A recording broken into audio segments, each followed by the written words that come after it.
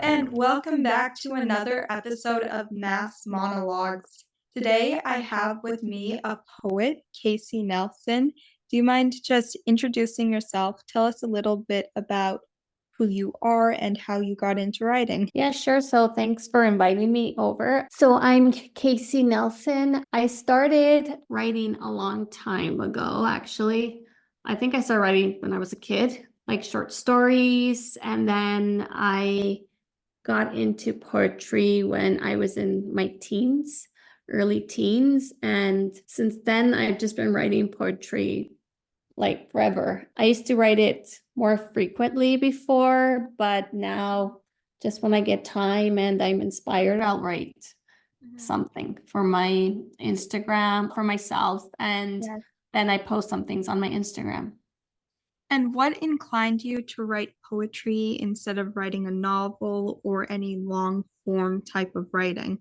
I've actually had I did start writing stories, and I did write actually a novel, which I haven't published it, but I first got into poetry. I don't know what it was about poetry. I think I always liked reading it since I was young, and then I don't know, it just came easy to me, and it was like a platform I had to express myself, my feelings, my thoughts, and it would just come out like in prose, and I liked using metaphors to say what I was feeling, and it just went from there. And then it started changing throughout the years, right? The way I wrote, and at the beginning, I think I would write about my feelings, and then afterwards, like anything would inspire me, not like only something going on with me, but you don't always get inspired by yourself anymore after a Yeah. time. So then you get inspired about other people or Did you as have well. any poets that you aspired to be like when you were first starting out? Not really, no. Not really, no. I do get, and I always have, and I still do get a lot of inspiration from music. Yes. Yeah. So sometimes like I'll listen to something and it'll just inspire me to write something, like the emotion it brings out or what the story is like I am interpreting. Yeah. And when you're writing, do you have a routine for your writing? Do you think I've got to write every day in the morning, or do you write at night, or is it just whenever inspiration strikes you? Now it's whenever inspiration strikes me. Before, I think many years before, I would write at night. I remember at the end of the day, it was like a diary. I had this little diary with me. And then at night, I remember I would sit down on the floor in my room and I would just write and write. It was like a diary. But now it's whenever something comes to my mind, I'll write it down. So it's not really, I really don't have a structure anymore, which I used to before, but yeah. It's And before you started writing poetry, were you a huge consumer of books or novels, other forms of poetry? Yes, I've always been an avid reader of books, fiction especially, and I've always read poetry. I used to recite it in school. I used to do a lot of school plays. So something I was always surrounded around. When you write, I know it's an art for poets where they have to condense something that might take up a paragraph, two paragraphs, an entire page into just a couple of lines of verse. How do you go about that? Do you start off with just one line and an idea and just build upon that? Or do you write an entire paragraph, a page, like a journal entry, and then condense that to a couple of verses? You know, it's changed a lot throughout the years how I'll do it. Before, I would write verses and I would continue from there. I used to have very long poems, which now I don't. Like now, sometimes before it would take me longer to write because I still like to write them long. But now, because I don't write them as long as I used to before, I'll just write it, whatever comes to my mind that second, and I'll write it down and then I'll just leave it at that. I won't continue it. But what I do get a lot now are just like small verses or words or phrases that come to my mind, and I'll write that down. And if I want to continue on that, I will, or else I'll just leave it at that. Yes, and I've just been scrolling through your Facebook page and your Instagram, and I've noticed you use a lot of humor in your writing or the things that you post. How do you weave humor into your poetry? I'm not sure. It's just what comes to my mind. It's weird because I get these characters in my head, and whatever they're whispering to themselves or they're whispering to me to write, I'll do it. So you're developing this character inside of your head, and then you write a poem through their perspective, their lens. More or less, yeah. When you first started out writing poetry, did you have friends who were doing the same thing, or was there a community that encouraged you? When I started writing out, no, actually, it was something personal I used to do. It was more like an outlet. My friends were into other stuff, but I would share it with them sometimes, but it just came natural to me. And it was an outlet to express whatever I was feeling. That's why normally musicians, poets, any sort of creative starts out, it's an outlet to express themselves. And I love that self-expression, especially when it comes to poetry, because poetry is such an experimental genre where you can write about anything more or less. Do you have certain topics that you write about and only that you write about, or do you go beyond anything out there and just write whatever that comes to you in the moment? Yeah, no, I don't have topics. I just, whatever comes to me in the moment. For your poetry, do you do a lot of brainstorming where you just bring up a page, a piece of paper, and start writing all these ideas down on a page? Or how do you combat writer's block? Do you ever get writer's block? Oh, yes, I do get writer's block. How do I combat that? I don't know how I would. It really depends. My mind has always been very active and I've always had that creative side. So I become more writer's block when I'm pressuring myself to write something instead of letting it just be natural and Flow out. There are days when you find that you have more ideas, there's more inspiration compared to days when there's not as much inspiration. And could it be possibly because of the environment you're in or just what's going around in your surroundings? yes, definitely. There's days that there's nothing for me to say, or I'm just too busy and my mind is just occupied with work or daily stuff, and I'm not honing into my creative side. So those days, the words are mute. There's nothing there. Is there a specific environment that you believe is more conducive to your inspiration or your ideas? Maybe you're out in nature or maybe you're around friends. Do you find it so one of those environments leads to more ideas? Not really. I find writing it's a solitary thing for me. And so I have to be More or just, less on your own yeah, on my own and more. full environment? It's not in like in a busy environment. Yeah. When you draw inspiration, do you ever listen into people's conversations or just hear what other people are saying and then write about that? That turns into an idea, or do you watch movies?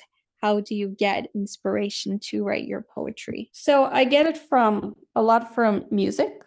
Mhm. Could be like from a story I saw, and depends if the story evokes something within me, or sometimes a friend or someone's going through something, and that will give me inspiration to write. So, do you have any tips and tricks to tailor your writing to be more relatable so that other people can see whatever you're writing and say, "Oh, I feel exactly what she's saying. I know what that feels like." I don't believe that there's really something I do. It's, oh, do it this way. I think we're all different and our inspirations come differently.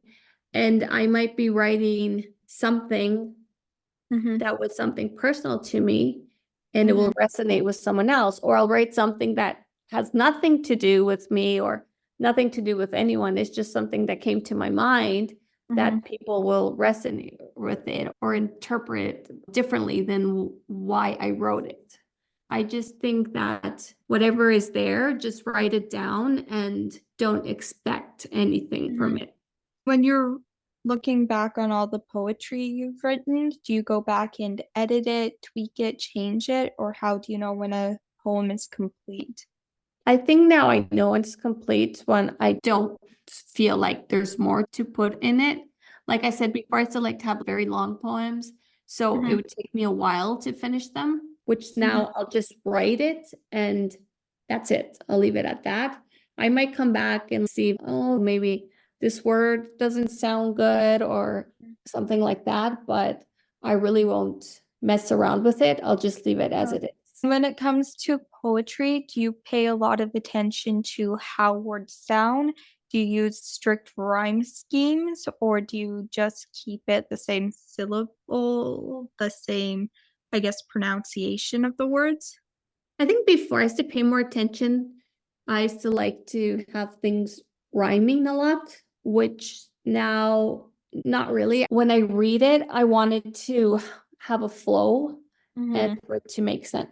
Rhythm. I've Yeah. noticed when you read song lyrics, a lot of the times they're not strict rhyme schemes. They'll be slant rhymes where it will somewhat rhyme, but it won't exactly rhyme.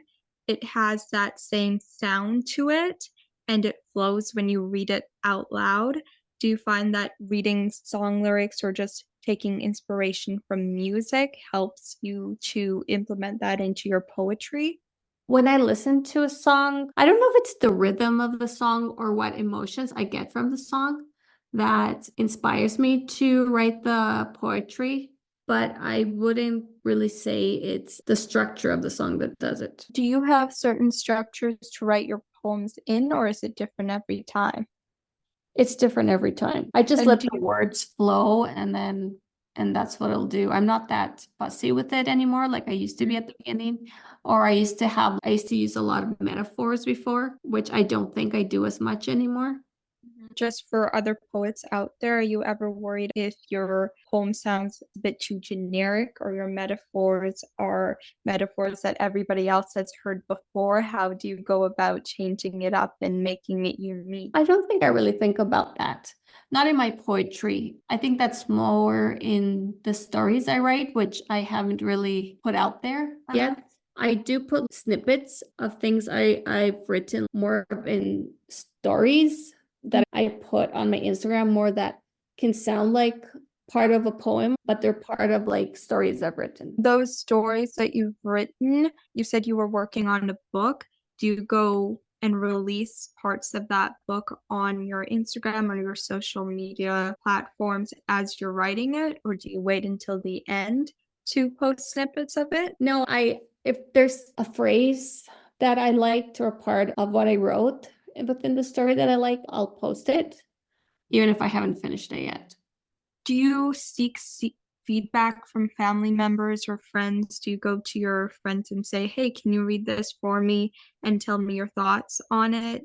And then do you use that feedback, apply it to the next stories you write or the next poems? I usually do it for the story I'm writing or I Mhm. wrote, I'll show it to someone. Oh, what do you think about this? Not so much as my for my poetry, but more for the stories. Oh, what do you think about this? Does it make sense? Or do you think I should change something? Or what vibe do you get Mhm. from the characters or from the scene? So I usually do that.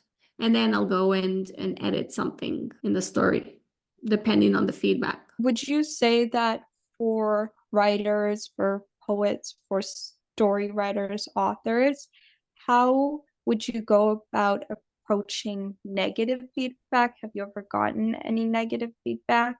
Or how do you just have a positive attitude when it comes to the feedback or the input you receive from others? I think I'm always open to positive criticism.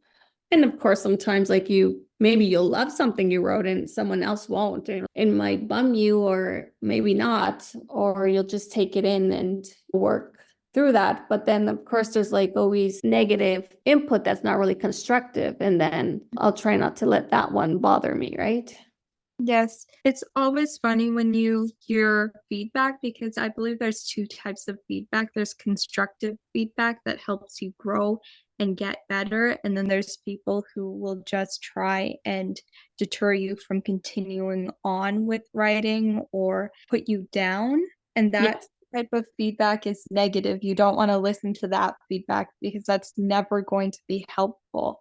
But if you can have feedback that maybe it's not exactly what you wanted to hear, it's I think that your character needs to be more developed, or I think that this rhyme scheme isn't working here, or this isn't sounding right, or you need to fix this up. That type of feedback is invaluable to your growth. And I think overlooking that criticism where it's so negative as thinking, oh, they're just saying this to put me down, and thinking, oh, maybe I see what this person is saying and I can actually work better at that. Yes, exactly. Can I ask, how long have you been doing writing for? Has it been a while now? And how have you seen yourself grow from when you first started out to now? Oh yeah, it's been a long time, especially in it's funny because I've seen changes on how I write and Mm. how I get inspired. And sometimes I'll go back and read something I wrote many years ago and I'll be like, oh, I improved. And then other Mhm. times I read something I'm like, wow, how did I write that? I wouldn't be able to write that now. Mhm. And I'm in awe how I wrote it before. And I'm like, oh, now I wouldn't be able to write something like that. And am I that good anymore? So it's interesting the way I see things now and how I interpret it. And sometimes, oh, that was great. I would be able to do that Mhm. now. And other times, like, oh my gosh, how did I rate that? Now I'm way better or something like that. So it Yes, depends. with creatives or artists in general, it's so funny because you can be starting out and create something amazing, and then later on, going in your career, you look back at all the amazing things you've created and you think, how did I do that? And sometimes it's just the moment, or Yeah. it's the theory of having more work, more content, the more writing you write, like the more poems you write, the more stories you write, the more of a chance that one of those is going to be high quality. And there was actually this study that was done, I was reading about it, and it was this class who was a group of photographers. And one teacher told a group, you can take as 100 photos, it doesn't matter what you take, but you'll get an A if you take 100 photos. So it was more quantity. And then the other teacher said to this group, if you take one photo, it just has to be the best photo. And it turns out that the students who took 100 photos, who had more quantity, took a better photo compared to the person who just took one high quality photo. So Oh, sometimes it just is having that quantity. Quality has to be there, but as you progress, that quality gets better and better. Do you find that with your poetry and writing? yeah. I think the more you write, you become more ripe in it and you hone in more the skill. Yes. But two, there'll be something like maybe you wrote before and you're like, how did I ever write that? But I think Mm-hmm. it's just whatever in that moment or how you used to write things. Or maybe you just don't feel as confident doing it in the present as you did in the Mm-hmm. past. So maybe you see it differently then. You're like, oh, how did I do that before? And now I'm not that great, but maybe it's just the way you feel in the moment that you don't feel you're doing your best. And with that, I'd like to finish up this podcast episode. Do you have any social media channels or links that our audience can come and see? I mostly right now share on Instagram. I do have a Facebook too, but I've actually neglected it. I have to go and post there too. I used to have blogs before, but I don't have that right now. If they go to my Instagram, which is Casey Nelson, so it's Casey and dash writes, and Uh-huh. that's my handle at On Instagram. Instagram. And with that, I want to say if you listeners like these episodes and you want more podcast episodes, please do share with a family member or friend. So we'll see you next time.